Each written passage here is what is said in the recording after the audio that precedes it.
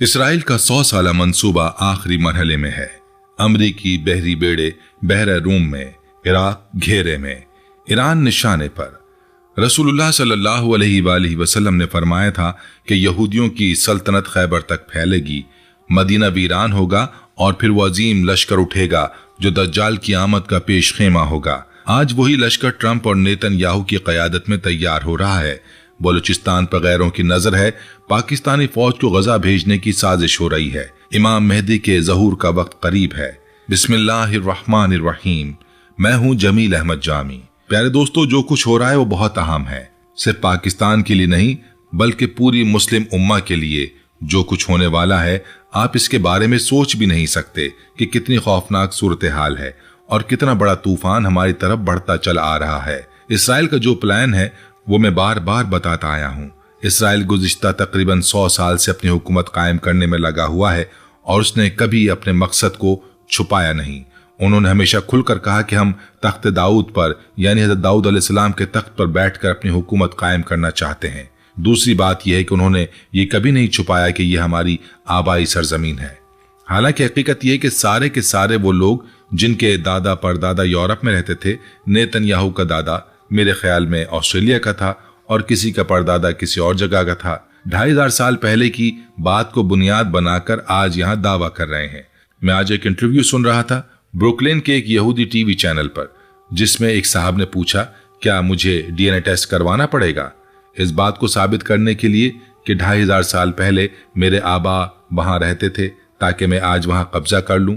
लेकिन ये कब्जा उन्होंने अकेले नहीं किया, दुनिया की तमाम बड़ी ताकतों ने मिलकर उन्हें यह कब्जा दिलवाया और अब वो दरियाए नील और दरियाए फरात के दरमियान के बाकी इलाके पर भी कब्जा करना चाहते हैं।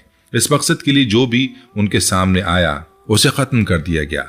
शाम खत्म हो गया, लबनान खत्म हो गया, सद्दाम हुसैन सबसे पहले निशाने पर आया क्योंकि वो बहुत खौफनाक तरीके से उनके सामने खड़ा था। पहले 8 साल की जंग से उसे कमजोर किया, फिर 90 की दहाई में कमर तोड़ी और फिर बिलाखिर उसे खत्म कर दिया गया। लिबिया इतनी दूर था फिर भी कज़्ज़ाफ़ी को इबरत का निशान बना दिया गया। अख़वानुल मुस्लिमीन वो तंजीम थी जिसने 1920 के ज़माने में हसल अल-बना के दूर से यहूदी मंसूबों के खिलाफ जिद्दोजहद की।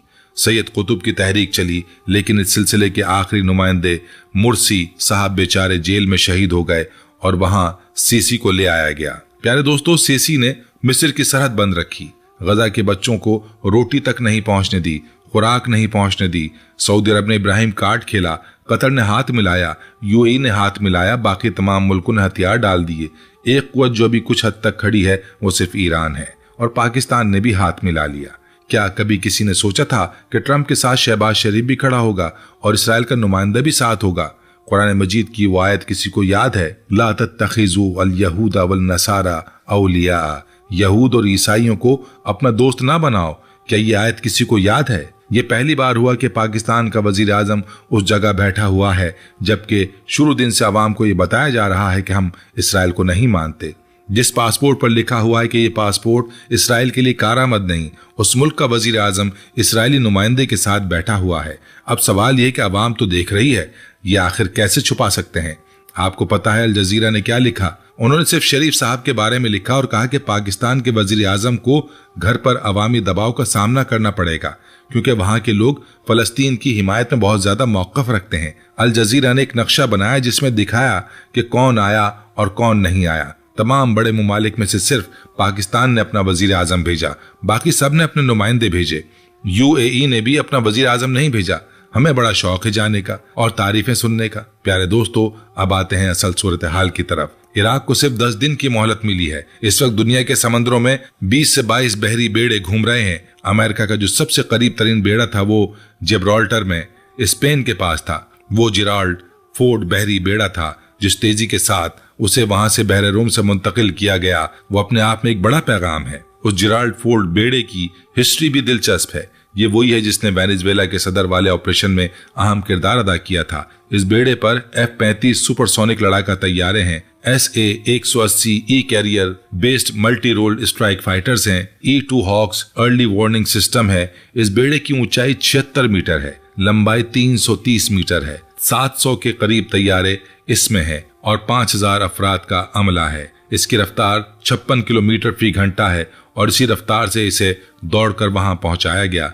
इससे पहले इब्राहिम लिंकन बेड़ा वहां पहुंच चुका था। उस पर 58 सुपर हार्ट कैरियर बेस्ड लड़ाका तैयारे हैं और E-18 ग्रोलर इलेक्ट्रॉनिक वॉरफेयर जहाज हैं। यानी ईरान को घेरने के लिए पूरी तैयारी हो चुकी है। सिर्फ 10 दिन का वक्त रह गया है। ईरान के बारे में उनका पूरा प्लान क्या है? उन्होंने कहा है कि सबसे बेहतरीन रास्ता रिजीम चेंज है, यानी जैसे वेनेजुएला के सदर को उठाया था वैसे ही आयतुल्लाह खामनाई को उठाकर अमेरिका ले जाया जाए। लेकिन ये उनके लिए बहुत मुश्किल है, क्योंकि खामनाई खुद कह चुके हैं मैं जान देना अफजल समझता हूं। प्यारे दोस्तों, वेनेजुएला की फौज क्यों नहीं लड़ी? इसलिए कि उन्हें पता था अगर लड़े तो अमेरिका क्या करेगा। लेकिन असल मकसद ईरान के इनकलाबी ढांचे को मुकम्मल तौर पर तबाह करना है। इस वक्त अमेरिका की सबसे बड़ी सरमायाकारी 4 महाजों पर है। पहला अरबेल का इलाका जो शाम, इराक और तुर्की का संगम है और कुर्दों का इलाका है। दूसरा यमन, तीसरा शत्तुल अरब का इलाका और चौथा ऊपर का वो इलाका जो काजिकिस्तान और ताजिकिस्तान से मिलता है, मशहद के ऊपर का हिस्सा, और साथ ही बलूचिस्तान का इलाका। ऊपर का इलाका ईरान किसी हद तक संभालता है, लेकिन नीचे का इलाका जहां तेल है, जहां बलोच हैं, वहां अमेरिका आना चाहता है। जब अमरीकी आएंगे तो बलूचिस्तान आजादी की तहरीक को हवा मिलेगी। अब समझें कि ये बलूचिस्तान का मसला 20 साल से हल क्यों नहीं होने दिया गया? इसलिए कि इसे कल के ईरान के खिलाफ इस्तेमाल करना है। ईरान ने भी बलोचों का शिया सुन्नी कार्ड इस्तेमाल किया, ग्रुप बनाए गए, सुपर जंग में खुशदार में लोगों को मारा गया, ईरान मुखालिफ फिजा बनाई गई। मेरे पास बहुत से राज हैं जो बताना मुनासिब नहीं, क्योंकि तकलीफ होती है। जब ये सूरत हाल बनेगी तो फिर शिया सुन्नी का मसला खत्म हो जाएगा और मुस्लिम इत्तेहाद की बात सूझी जाएगी। लेकिन तब तक पूरा खित्ता दरहम बरहम हो जाएगा, पाकिस्तान भी तबाह होगा और एक तीर से 2 शिकार होंगे। इसराइल के मुकाबले में जो 2 बड़े मुल्क खड़े हो सकते थे, पाकिस्तान और ईरान, दोनों को एक साथ निशाना बनाया जा रहा है। प्यारे दोस्तों, और हम हैं कि ट्रंप की तारीफों में मगन है। वेरी गुड वजीर आजम, वेरी गुड। इन्हें अंदाजा ही नहीं कि अगर एक बार ये जंग जमीनी शक्ल इख्तियार कर ले तो फिर क्या होगा। उस वक्त इनकार मुमकिन होगा, उस वक्त इनकार मुमकिन नहीं होगा। पाकिस्तान ने ईरान के साथ कभी दोस्ती नहीं रखी। अफगानिस्तान में 14-15 साल साथ देते रहे, कहा कि ये हमारी जंग लड़ रहे हैं। रूस को रोका, हमारे स्ट्रेटेजिक बॉर्डर महफूज किया, लाखों कुर्बानियां दी। रब्बानी, हिकमतयार, अब्दुल रशीफ सौफ, मुजद्दिदी, ये सब अमेरिका के पाले हुए 7 बुनियाद गुजारों में से थे। और जब एक दिन अमेरिका ने मुंह फेरा तो हमने 1,75,000 फौज खड़ी कर दी और रास्ते बंद कर लिए। जितने अरब मुजाहिदीन थे, अब्दुल्ला अज़ाम, ओसामा बिन लादेन, सब इसी रास्ते से आए थे। हमने ये सब बदल दिया। क्या फिर बदल देंगे? नहीं देंगे। लेकिन मामला ये है कि इस जंग में आप एक हिस्सेदार बन चुके हैं गजा के मुसलमानों के मुकाबले में। अमेरिका ने बाकायदा कहा कि पाकिस्तान ने गजा में फौज भेजने की पेशकश की है। इंडोनेशिया के बारे में अमेरिका ने नहीं कहा, हमारे बारे में कहा। और कुछ लोग कह रहे हैं कि जल्दी जल्दी जाओ, तनख्वाहें मिलेंगी, प्लॉट मिलेगा, घर बनेगा। लेकिन सोचें कि आप कहाँ जा रहे हैं और किसके लिए खड़े हो रहे हैं। जब से ईरान पर हमले की बात, वेनेजुएला वाला वाकया हुआ, अमेरिका ने टैरिफ लगाए। दुनिया वाज़े तौर पर 2 हिस्सों में बढ़ गई है। एक तरफ रूस और चीन है, यहां तक कि यूरोप का बड़ा हिस्सा भी उनके साथ जाने को तैयार है। दूसरी तरफ अमेरिका अपना इत्तेहाद इकट्ठा कर रहा है। इस वक्त पाकिस्तान को ये नहीं चुनना चाहिए था। पाकिस्तान को इलाकाई रवाबित से फायदा मिलना चाहिए। अमेरिका इतनी दूर बैठा है, न पैसे दे रहा है, न कुछ दे रहा है, बस इस्तेमाल कर रहा है। अफगानिस्तान के लिए, ईरान के लिए, गजा के लिए हमारी इज्जत और वक़ार को इस्तेमाल किया जा रहा है और आखिर में हमारे हाथ में एक पैसा नहीं। मोहम्मद बिन सलमान ने जो अपनी इज्जत खोई है वो पूरा अरब जानता है। UAE के हुक्मरानों को कोई परवाह नहीं, क्योंकि वहां अक्सरियत हिंदुस्तानियों की है। उन्हें इस बात से गर्ज नहीं। पाकिस्तान वो वाहिद मुल्क है जहां 25 करोड़ जिंदा दिल अवाम जो 15-16 बार इंतखाबात में वोट डाल चुकी है, जहां लियाकत अली खान से लेकर जुल्फिकार अली भुट्टो, बेनजीर नवाज शरीफ और इमरान खान तक सब ने अवामी मैंडेट लिया। लेकिन फरवरी 2024 का इलेक्शन देखें, जिसमें 2.5 करोड़ वोटों को दबाया गया। कहते हैं कि ये भी दबा लेंगे। मैंने कब कहा नहीं दबाएंगे, दबाते रहेंगे। लेकिन 76 साल की पूरी तारीख में जितने भी लीडर एक तरफ रखें तो दूसरी तरफ से इमरान खान है। जुल्फिकार अली भुट्टो की मकबूलियत सिर्फ 37% थी। 2 सूबे मुकम्मल मुखालिफ थे, सिंध में भी बमुश्किल जीते थे, सिर्फ पंजाब उनका था। और नवाज शरीफ की मकबूलियत तो मकबूलियत थी ही नहीं, वो तो इलेक्टेबल्स और खानदानी ग्रोहबंदी पर खड़े थे। इमरान खान ने यह साबित किया कि जिन 20 लोगों को तोड़ा गया, 20 के 20 को अवाम ने शिकस्त दे दी। ये थे आपके इलेक्टेबल्स। अब असल बात की तरफ आए, जो सबसे अहम है। ये सब सियासी और फौजी हरकतें महज इत्तफाक नहीं है, बल्कि एक मकसद पेशगी तैयारी है। एक लश्कर है, जो मक्का मुकरमा रवाना होना है और दूसरा लश्कर जो इसराइल से शाम के इलाके से रवाना होना है। आज देखें, यूरोपीय यूनियन ने कह दिया कि इसराइल ने यरूशलेम को जिस तरह जम किया है हम इसे नहीं मानते। उन्होंने एक ऑर्डर से जंग को तैयारी दे दी। प्यारे दोस्तों, हदीस में आता है कि मदीना वीरान होगा और वहां से जंग मक्का आएगी। मदीना क्यों वीरान होगा? इसके लिए रसूलुल्लाह सल्लल्लाहु अलैहि वसल्लम ने फरमाया कि जब जंग मुल्हिमा कुबरा का वक्त होगा तो सुलह के मकाम तक जो खैबर के करीब है वहां तक यहूदियों की सल्तनत फैल जाएगी।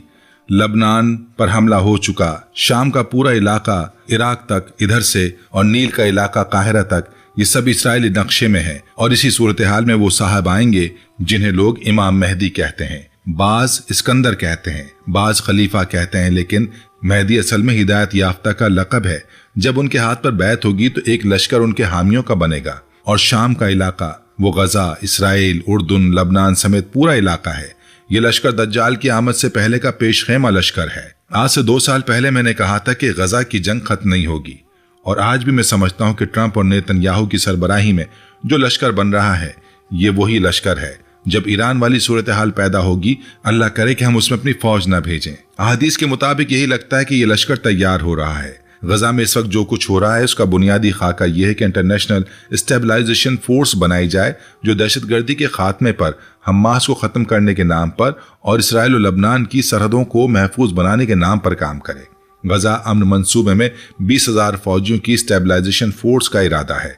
अमेरिका गजा के जुनूबी हिस्से में 360 एकड़ पर अपना 5,000 फौजियों का अड्डा बना रहा है। अंदाजा करें अफगानिस्तान जैसे बड़े मुल्क में कभी 3,000 से ज्यादा नहीं थे और अब सिर्फ गजा में 5,000 रखना चाहते हैं। ट्रंप के मुशीरों ने मिस्र, कतर और यूएई को इसी फोर्स का हिस्सा बनाने की बात की है और तुर्की, Pakistan, Malaysia, Azerbaijan, Australia, Canada, France, कब्रस, यूनान, बांग्लादेश और बोस्निया ने इस फोर्स में शामिल होने में दिलचस्पी जाहिर की है।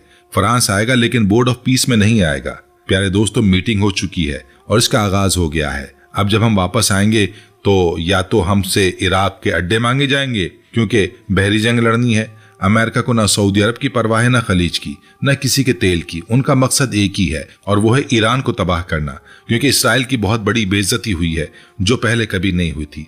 असल बात ही कि गजा में जो लश्कर तैयार हो रहा है, मेरा यकीन है कि वो लश्कर है जो दज्जाल की आमद से पहले के चंद लश्करों में से एक है।